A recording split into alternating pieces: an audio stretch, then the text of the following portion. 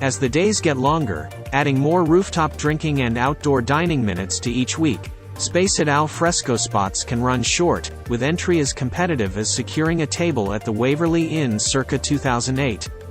Short of making a reservation, one way to secure a spot is to patronize places unknown to your friends and neighbors, unheard of by tourists and unfamiliar to even the most prolific Yelpers. Number 10. Maon Premiere. Maon Premiere has been a Brooklyn favorite for more than a decade due to its abundance of absinthe and oysters, elegantly weathered dining room, and, of course, its charming garden.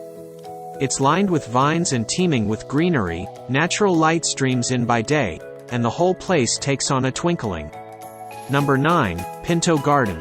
With beachy white brick walls, sculptural floral chandeliers, real-deal blooms, roughly green leaves and an angled glass ceiling that cozies up the space, Pinto's covered garden is as pretty as a birthday cake. Number 8. Leur Soho. A classic of the genre, Leur feels like the archetype secret garden among secret gardens. It's plenty darling inside, but entering into the backyard kicks up all kinds of whimsy. It's also the only place in town where we'd actually consider shelling out $160 for a macaron tower. Number 7. Palma. Now in its 21st year, Palma is double semi-obscured. It's the kind of place you'd have had to give knowingly toned directions to in the days before Google Maps. It's also darling even to passers-by, who might catch a whiff of pappardelle alla bolognese from the sidewalk. Number 6. Brooklyn Ice House. Brooklyn Ice House is dazzling. But it isn't just the gruff exterior, the dark at high noon interior, the more cluttered than most rows of bottles behind the bar, the worn and sometimes torn oxblood banquettes, or the rather good cheeseburgers that make it one of NYC's best dive bars.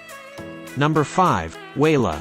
Wha Wha opened to acclaim in 2019, diners and critics alike fawning over its homestyle Thai menu and chicly styled back patio that felt like a particularly fashionable friend's coveted private outdoor space. It also has less secret enclosed curbside booths. Number 4. Cathedra. Being that they are the premier destination for clandestine meetings, it's hard to tell what's going on behind closed doors at most hotels. Inside the Moxie East Village, down a staircase, barely in view of an open kitchen that turns out general interest menu items, and just off its cavernous bar and dining room. Number 3. French Louie. Busy Atlantic Avenue buzzes outside of French Louie's twinkly dining room, which leads to a pretty patio in the back. It's framed by foliage from neighboring lots, string light lit in the evening, and feels both in and apart from the city at once, with a Parisian detour via steak frites, moules, escargots and duck au poivre. Number 2. The Waverly Inn. The atrium-style garden at the Waverly is so secret that it's finally easy to actually get into the erstwhile hotspot. The formerly impossible-to-book restaurant has matured into a mainstay, and a lovely place to enjoy weekend brunch or dinner amid ivy-covered brick walls and rows of plants overhead. Number 1. Lolo's Seafood Shack.